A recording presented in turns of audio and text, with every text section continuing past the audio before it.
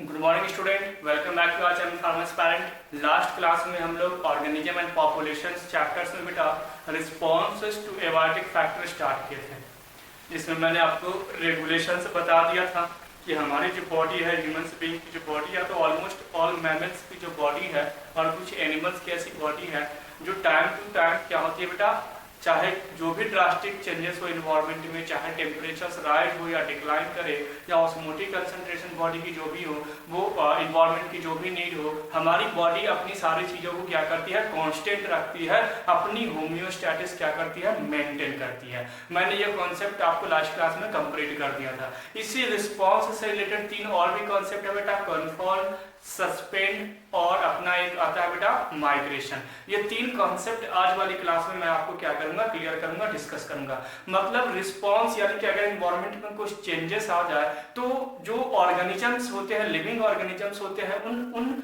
Challenges को, उन environmental factors से कैसे फाइट करते हैं, क्या वो अपनी बॉडी को रेगुलेट करते हैं या कन्फर्म कंडीशन से डेवलप करते हैं या सस्पेंड हो जाते हैं या एक जगह से दूसरी जगह माइग्रेट कर जाते हैं। ऐसे कुछ एग्जांपल्स के साथ इस कॉन्सेप्ट को हम लोग क्या करेंगे, कंप्लीट करेंगे। चलिए तो आज वाली क्लास में सेकंड कॉन्सेप्ट पे आते हैं, दैट इज कन्फर्म। अब इसका मीनिंग सबसे पहले समझो। In this organism, body temperature changes with the ambient temperature or the osmotic concentration of the body fluid changes with the ambient water osmotic concentration।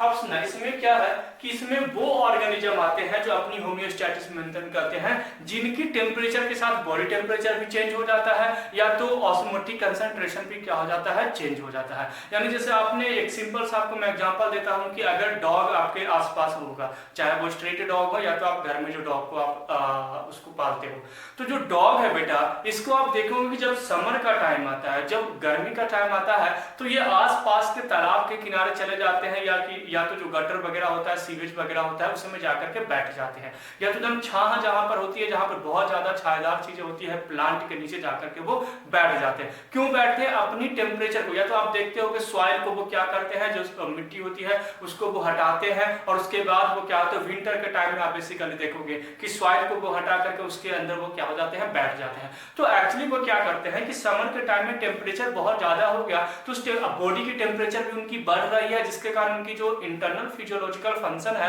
वो क्या हो जाती है, डे बाय डे उनकी हार्म होने लगती है, खराब होने लगती है। दैट्स व्हाई वो क्या करते हैं, वो सैडी रीजन्स प्लांट एरियाज में चले जाते हैं या तो जहां पर पानी है उस एरिया में जाकर के बैठ जाते हैं। बफेलो अगर आप देखोगे, जो भैंस होती है वो भी क्या होती है, समर टाइम में जानवर को धोना पड़ता है उनकी टेम्परेचर को बैलेंस करने के लिए, मेंटेन करने के लिए।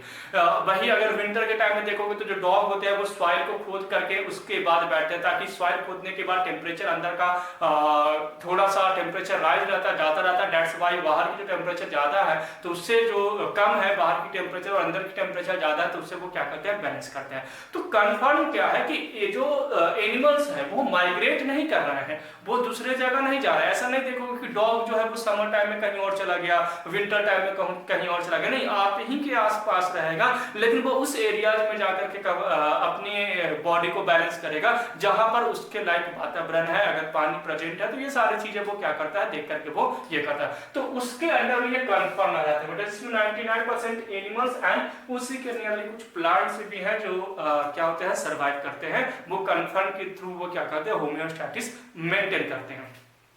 इसके अलावा थर्ड यहाँ पर पॉइंट है बेटा, थर्ड है माइग्रेशन। फर्स्ट हमारा रेगुलेशन कन्फर्म हो गया, सेकंड हमने कन्फर्म का कॉन्सेप्ट क्लियर कर लिया, और थर्ड हमारा है माइग्रेशन। माइग्रेशन का मतलब ही है, मीनिंग ही है कि एक जगह से दूसरे जगह माइग्रेट करना। बेसिकली ये बर्ड्स में देखने को मिलते हैं। जो बर्ड होती है, जो पंछियां होती है बेटा, ये क्या होती है कि कुछ सीजन में वो दिखाई देंगे और कुछ सीजन में वो क्या होते हैं, नहीं दिखाई देते हैं। जैसे आप देखते होंगे राजस्थान में एक जगह है जहां पर बहुत सारे पंछियां जो है विंटर के टाइम में दिखाई देते हैं। मतलब दूर दूर से प्रवासी पक्षी आते हैं, प्रवासी पक्षी भी उनको बोला जाता है, जो या तो फॉरेन से भी आते हैं, क्योंकि वहां पर उस टाइम उस अनुकूल उनका वातावरण मिल जाता है तो वो पंछी आकर के वहां पर सरवाइव करते हैं। तो मतलब जहां पर वो रह रहे हैं, जैसे मान लो समर वो नहीं फेस कर सकते हैं, अगर टेम्परेचर इन्वायरमेंट में ज्यादा बढ़ गया तो अगर टेम्परेचर को वो नहीं फेस कर सकते हैं तो उस कंडीशन में वो क्या करते हैं, उस रीजन में जाते हैं जहां पर विंटर होती है। और जैसे ही फिर से इस रीजन में विंटर आता है तो वो जो बर्ड है, पंछी है, वो वापस फिर से उस रीजन में आकर के अपना पर्सनल ग्रोथ करते हैं। तो यहाँ पर चीजें क्या है, माइग्रेशन। कि ये ऑर्गेनिज्म अपनी होम्योस्टैटिस मेंटेन करने के लिए, अब टेम्परेचर बढ़ गया तो उनके अंदर ऐसी कुछ चीजें नहीं है ह्यूमंस बीइंग की तरह कि वो टेम्परेचर को मेंटेन करें, तो वो क्या कर जाता है, उस एरिया में चला जाता है जो भी उनसे रिलेटेड जो उनके अनुकूल जो वातावरण होते हैं, उनकी जो फेवरेबल कंडीशंस की जो इन्वायरमेंट फैक्टर्स होते हैं, उन फैक्टर्स की जगह पर उन इन्वायरमेंटल फैक्टर में वो क्या होता है जाकर के फिर सर्वाइव करना स्टार्ट कर देते हैं। तो यहाँ पर वही पॉइंट है, देखो माइग्रेशंस में क्या लिखा है, it refers to the temporary movement, temporary है, परमानेंट नहीं है। मैंने बताया ना कि जब इनके अनुकूल वातावरण आएगा तो ये वापस फिर से उसी जगह पर आएंगे, है ना। तो it is temporary movement away from the stressful habitat, मतलब स्ट्रेसफुल हैबिटेट का मतलब है कि उनके फेवर में वो हैबिटेट नहीं है, मतलब जो उनको चाहिए कि हमें 25 डिग्री टेम्परेचर चाहिए ये वो सो, तो वो 25 से 45 हो गया, तो वो स्ट्रेसफुल कंडीशन हो गई ना उनके लिए, वो हैबिटेट तो उनके लिए अब सही है नहीं, तो stressful habitat to a relatively favourable area. अब वो वहां से मूव करके कहां पर जाएंगे, जो उनके फेवर में वातावरण होगा। देखें कि हाँ उस एरिया में जो है 10 कोस बाद या 200 किलोमीटर्स बाद या 2000 किलोमीटर्स बाद हमारे लाइक रीजन्स आ गए हैं, फेवरेबल कंडीशंस आ गए, फेवरेबल इन्वायरमेंटल फैक्टर्स आ गए हैं, तो उस कंडीशन से वो क्या करते हैं, मूव करके चले जाते हैं। And again return when stressful period is over, और जैसे ही पीरियड ओवर होगा, स्ट्रेसफुल कंडीशंस खत्म होगा, टेम्परेचर फिर से नॉर्मल हो जाएगा, उनके फेवरेबल कंडीशंस डेवलप फिर से हो जाएंगे, तो वो फिर से वो पंछी आपके आसपास दिखाई देना स्टार्ट कर देते हैं। यहाँ पर देखो ये जो चैप्टर आपको लग रहा होगा कि बहुत बोरिंग है सर, पढ़ के सुना रहे हैं, लेकिन यहाँ पे कुछ चीजें ऐसी है बेटा जो समझाने लायक है, और कुछ चीजें हैं जो आपको केवल इसी तरीके से पढ़ना है, जो इकोसिस्टम है, इसमें थियोरेटिकल अप्रोच ज्यादा है, तभी मैं आपको समझाने की कोशिश कर रहा हूँ इजीली वे में, ताकि आपको चीजें समझ में आ जाए। रेगुलेशंस का मतलब मैंने बताया, कन्फर्म बताया, अब मैं आपको माइग्रेशन बता रहा हूँ। इसके एग्जांपल्स है, thousand of migratory bird come from Siberia and other extremely cold northern during every winter. अब सुनो, हर ठंडी के टाइम में ना जो अपना एक कंट्री बेटा साइबेरिया या तो नॉर्दर्न कंट्री से कुछ पंछी जो है हर साल इंडिया के राजस्थान में आते हैं विंटर टाइम में, है ना, विंटर, क्योंकि उनके फेवरेबल में है। उस समय साइबेरिया नॉर्दर्न रीजन्स में समर का ज्यादा टेम्परेचर ज्यादा हो जाता होगा, और राजस्थान में टेम्परेचर क्या हो जाते हैं, कम हो जाते हैं, तो डेट्स वाई वो उधर से मूव करके कहां पर आ जाते हैं, राजस्थान में आ जाते हैं। तो मैंने अभी आपको बताया ना कि कुछ ऐसे पंछी आते हैं, उस समय देखने के लिए भी लोग जाते हैं कि बहुत ही अलग टाइप के वहां पर प्रवासी पंछी आते हैं, जो कुछ समय 2-3-4 महीना जब तक विंटर आता है तब तक वहां पर आते हैं, उसके बाद फिर से अपनी वापस वाले स्टेज में चले जाते हैं, यानी वो फिर से नॉर्दर्न कंट्री में ही और साइबेरिया में ही चले जाते हैं। तो यही वो दिया गया बेटा एग्जांपल्स में, thousand of migratory bird come from Siberia and other extremely cold northern during every winter to the famous Keoladeo national park Rajasthan. Rajasthan के एक नेशनल पार्क में ये क्या होता है बेटा, ये बेसिकली देखने को मिलते हैं। तो मैंने क्या बताया कि ये जो है, ये माइग्रेंट जो है, ये क्या कर रहे हैं कि वहां पर जब विंटर रहेगा वहां पर टेम्परेचर अच्छा रहेगा, यानी टेम्परेचर लो रहेगा, तो वो साइबेरिया या तो नॉर्दर्न कंट्री में ही सर्वाइव करेंगे, लेकिन जैसे ही वहां टेम्परेचर राइज हुआ तो वहां से मूव करके राजस्थान में चले जाते हैं, क्योंकि राजस्थान में उस समय क्या रहती है, विंटर रहती है, यानी कि ठंड रहती है। तो वो अपने अनुकूल वातावरण में, यानी उनके लायक जो भी इन्वायरमेंटल कंडीशंस होंगे, उस कंडीशंस में, उस एरिया में वो क्या कर जाते हैं, माइग्रेट कर जाते हैं। इस पॉइंट को आपको क्या करना है, समझना है। थर्ड है बेटा, फोर्थ है बेटा सस्पेंड। मैंने क्या बताया, फर्स्ट रेगुलेशन हमने खुद ही रेगुलेट कर दिया, सेकंड कन्फर्म हमने आसपास की चीजों पे जाकर के हमने अपनी बॉडी होमोस्टैटिस को मेंटेन किया, माइग्रेशन हमने एक जगह से दूसरी जगह माइग्रेट हो गए बट टेम्परेरी, और अपनी होमोस्टैटिस को मेंटेन कर लिए। लास्ट है सस्पेंड। सस्पेंड का मतलब होता है सस्पेंशन होना, यानी गायब हो जाना, विलुप्त हो जाना। आप देखते होंगे आपके आसपास में जो तालाब होते हैं, तो तालाब में जब समर का टाइम आता है तो मछलियां नहीं होती है। मछलियां क्या, जब तालाब सूख जाते हैं तो मछली क्या हो जाती है, गायब हो जाती है।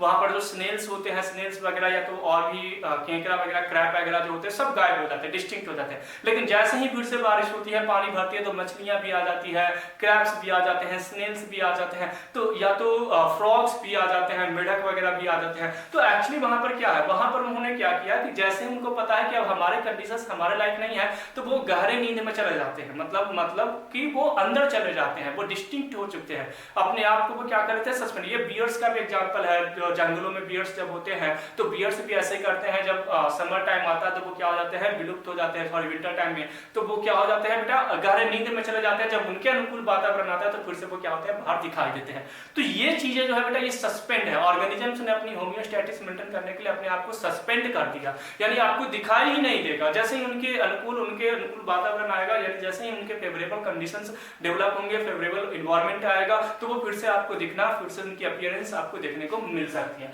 तो वही चीजें यहाँ पर है बेटा सस्पेंड में। Suspension is done by reducing there metabolic activity. Metabolic activity को रिड्यूस कर दिया, उसकी नीड कम हो गई, उसकी आवश्यकताएं कम हो गई, बॉडी की स्ट्रक्चर्स में चेंजेस हो गए, बॉडी की जो नीड है मेटाबॉलिक एक्टिविटी वो उन्होंने कम कर दिया। And going into a state of dormancy. Dormancy का मतलब जो सीड घर में रखे होते हैं, एक्चुअली में वो क्या होता है, डोरमेंट होते हैं। जो आप घर में सीड को रखते हो, धान को, चावल को, मिर्च को, किसी भी सीड को, तो एक्चुअली वो कैसे होते हैं बेटा, डोरमेंट स्टेज में होते हैं। उनको ना पानी की जरूरत है ना किसी चीज की जरूरत है, लेकिन जैसे उसको हम सॉइल में फेंकते हैं, यानी कि उनको फेवरेबल कंडीशंस में जैसे हम डालते हैं तो वो स्प्राउट हो जाते हैं और एक नई प्लांट का फॉर्मेशन करते हैं। तो घर में जब वो रखा हुआ है तो वो फेवरेबल कंडीशन में नहीं है, दैट्स व्हाई वो डोरमेंट कंडीशन में, वो लिविंग है, लाइव है, उसके पास ऐसा नहीं कि उसके पास लाइफ नहीं है, वो सीड के पास भी लाइफ है। उस सीड को आप फेंक दो, 4 साल बाद भी आप बाहर, तो वो क्या हो जाएगा, स्प्राउटिंग करके नए प्लांट का फॉर्मेशन कर देगा। तो एक्चुअली क्या है, डोरमेंसी का मतलब है लिविंग कंडीशंस में, लेकिन मेटाबॉलिक एक्टिविटी को रिड्यूस कर रखा है ना, सस्पेंडेड कंडीशंस में चला गया। लेकिन जैसे उसके फेवरेबल कंडीशंस आएंगे,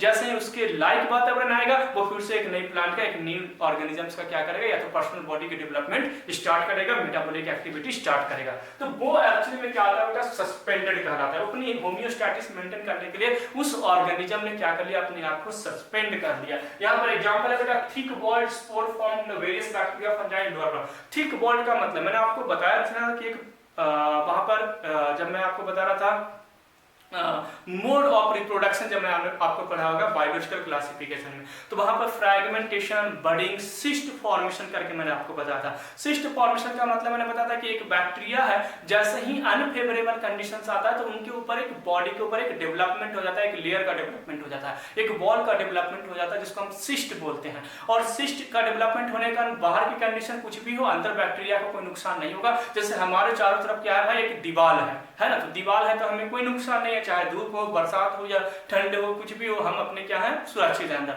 तो ऐसे ही बैक्टीरिया के अंदर भी क्या होता है बेटा, एक सिस्ट का वॉल का फॉर्मेशन होता है, जिसको हम सिस्ट बोलते हैं। तो वो क्या होता है, अनफेवरेबल कंडीशंस में वो ग्रोथ करता है। जैसे ही फेवरेबल कंडीशन आता है तो सिस्ट क्या हो जाता है, रप्चर हो जाता है, और बैक्टीरिया वहां से क्या हो जाता है, मूव करके अपनी जो भी उसकी पर्सनल लाइफ है उसको जीता है। आया समझ में, मतलब जो भी उनकी प्रोसेसेस है वो सारे प्रोसेसेस को क्या करते हैं, फॉलो करते हैं। तो वो पहले एग्जांपल्स हो गए कि थिक वॉल्ड स्पोर फॉर्म, मतलब थिक वॉल्ड का वहां पर फॉर्मेशन हुआ। Second seeds and some other vegetative reproductive structure, मैंने बताया था सीड हमारे घर में रखे होते हैं, तो उनके अंदर भी क्या है, डोरमेंटी कंडीशंस में वो चले जाते हैं, उनको किसी चीज की नीड नहीं है, ना पानी की, ना वायु, किसी भी ऐसी चीजों की नीड नहीं है, और वो क्या रहते हैं, सुरक्षित रहते हैं। जैसे ही फेवरेबल कंडीशंस आएगा फिर से वो क्या करेंगे, ग्रोथ करेंगे। थर्ड बेटा हाइबरनेशन ड्यूरिंग विंटर। विंटर के टाइम में कुछ ऐसे, इसमें बेस्ट एग्जांपल है बियर। जो बियर्स होते हैं बेटा विंटर के टाइम में दिखाई नहीं देते हाइबरनेशन में। हाइबरनेशन का मतलब है organism sleep in winter time. वैसे ऑर्गेनिज्म, दो organism sleep in winter time. Winter time में जो ऑर्गेनिजम्स सो जाते हैं, या तो सोने का मतलब यहाँ पर है कि वो दिखाई नहीं देते हैं, किसी दूसरे रीजन में चले जाते हैं, या तो अंदर सस्पेंड हो गए, किसी गुफा में चले गए, कहीं अंदर चले गए, तो उसको हम बोलते हैं हाइबरनेशन, अगर विंटर वाला है तो। और अगर इसी केस में अगर हम समर की टाइम करें कि दो organism sleep in summer time, that is aestivation. तो यहाँ पर दो वर्ड है जो आपको नीट के लिए पूछा जा सकता है, what is hibernation and what is aestivation. या तो आपको 12th के बोर्ड के एग्जामिनेशंस में भी क्वेश्चन आ सकते हैं, difference between hibernation and aestivation. Hibernation का मतलब क्या होता है, ऑर्गेनिज्म जो विंटर टाइम में नहीं दिखाई देते हैं या विंटर टाइम में जो गायब हो जाते हैं, दैट इज हाइबरनेशन कंडीशंस में चले गए। और अगर वही समर जैसे वहां पर एग्जांपल आप बियर दे सकते हो। और अगर एस्टिवेशन की बात करें तो ऑर्गेनिज्म, वैसे ऑर्गेनिज्म जो समर टाइम में स्लीपिंग कंडीशंस में चले गए, उसको हम क्या बोलते हैं, एस्टिवेशन। इसका एग्जांपल है स्नेल्स, क्रैब, जो गर्मियों में जो स्नेल्स होते हैं बेटा, क्रैब होते हैं, फिश होती है, ये दिखाई नहीं देती है, तो दैट इज हाइबरनेशन, एस्टिवेशन। तो यहाँ पर वही example, hibernation during winter and aestivation during summer, example है स्नेल एंड फिशेस। तो ये आपका रिस्पॉन्स अगेंस्ट एबायोटिक फैक्टर जो था बेटा, ये कॉन्सेप्ट आज हमारा कंप्लीट हो गया, जिसमें हमने रिस्पॉन्स, अगर आपको क्वेश्चन 12th एग्जामिनेशंस में पूछे जाते हैं रिस्पॉन्स अगेंस्ट एबायोटिक फैक्टर्स में जो लिविंग ऑर्गेनिजम्स हैं, क्या क्या रिस्पॉन्स वो करते हैं, तो इसमें आपको लिखना है regulations, confirm, suspend and migrations. इसके एग्जांपल्स के साथ आपको डिटेल में आपको बताना है। रेगुलेशंस में वो ऑर्गेनिज्म होते हैं जो होमियोस्टैटिस खुद ही रेगुलेट कर लेते हैं, इंटरनल फिजियोलॉजिकल फंक्शंस को खुद ही रेगुलेट करते हैं, बॉडी के टेम्परेचर को मेंटेन रखते हैं बगैर किसी चेंजेस के, बगैर किसी जगह को चेंज किए हुए। सेकंड कन्फर्म है बेटा, उसी जगह पर रहेंगे लेकिन वो उस एरियाज को सिलेक्ट करेंगे जहां पर, जैसे मान के चलो दोपहर आ गई तो 3 घंटे के लिए डॉग जो है वो कहां पे चला जाता है भाई,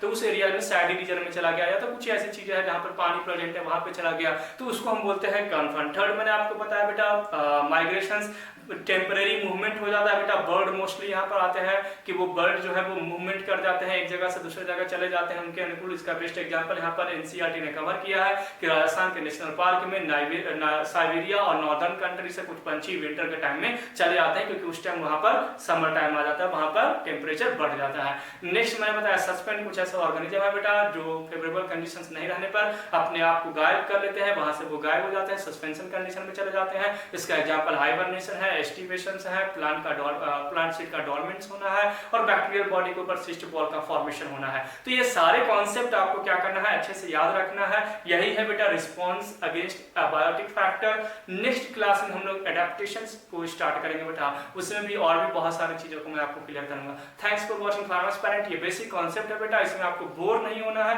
कुछ चीजें हैं जो आपको केवल एक अच्छा इसको याद भी करना नहीं है, याद रखना भी नहीं, इसको एक बार समझो और जब एग्जामिनेशन में आएगा तो ऑटोमेटिक आप लिख दोगे। एक बार इस लैंग्वेज को समझोगे ना, और मैंने बहुत ही इजी लैंग्वेज में इस चीजों को लिखा है, तो आप एक बार इसको समझ लोगे अच्छे से तो आपको एग्जामिनेशन में ऑलमोस्ट अच्छे से वो चीजें लिखा दी जाएगी, लिख कर आ जाओगे आप, है ना। तो नेक्स्ट क्लास में मिलते हैं बेटा नेक्स्ट वीडियो के साथ। Thank you for watching farmers parent. Thank you.